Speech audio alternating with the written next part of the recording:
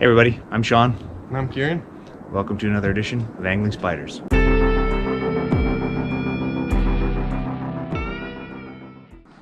Hey everybody. In today's episode we're going to talk a little bit about our gear. When we decided to get into kayak fishing, we decided to go as cheap as possible. Now there's a lot of videos online about the difference between sit-in and sit-on-top kayaks. We decided to go for a sit-in kayak from Costco. These are available online in the store every April and on sale. Challenge is that they're pretty basic models, and so they need a lot of modifications. So today we're going to be making some modifications. But before we do that, why don't we go over the features of this Pelican Mission 100 kayak. So one of the features of this kayak is a stern storage compartment. It's removable and it just bungees in. We haven't checked on how waterproof these are, but we probably won't use them anyway because we want to have access to the scupper holes so that we can have the camera mount system in place. It gives us a little bit more flexibility on where we can put the camera. I'll also notice that there's some pre-marked locations on this Pelican 100 that we'll be using to put in our rod holders. We've got the seat, seems to be relatively comfortable. We've got some adjustable knee pads, and then there's also a cockpit storage area where you can store your phone and a few other small items, as well as some bungee. It's also removable. We'll probably take that off so that we can have access for our forward rod holders that we'll also be installing today. Alright, now I'm going to be going over some of the stuff that we're going to use to trick out our kayak and get it ready for some fishing. So we're going to start here with some Invincible Marine anchor cleats. These were from Canadian Tire and they are $5 a piece. Moving on here to the Scotty paddle clip. This was also from Canadian Tire and these were $14 a piece. Now these are flush mount rod holders. These are Outdoor World Marine, and we got these from Bass Pro Shop for $9 a piece. Moving on, we have some Trailblazer rod holders. These are for the front of our kayaks, and these were from Bass Pro Shop and were $30. Okay, now we're going to move on to the stuff we need to install it. This is some marine grade silicone that we got from Canadian Tire, and it was $5. This is some hardware we also got at Canadian Tire. All of that was $10.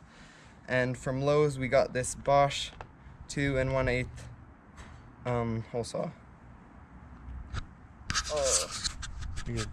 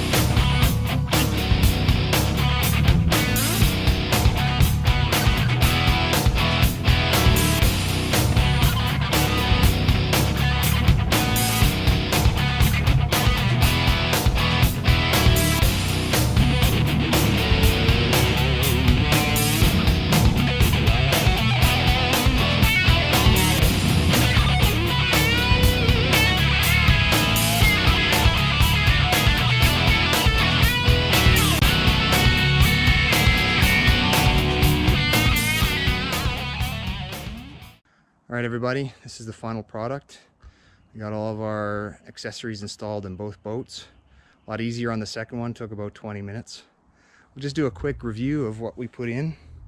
On the very back end here, put in a cleat for our anchor rope. Pretty easy to install, and we haven't got the anchors yet, but looks like it's going to work pretty good. One of the other things we added was one of these rear rod holders.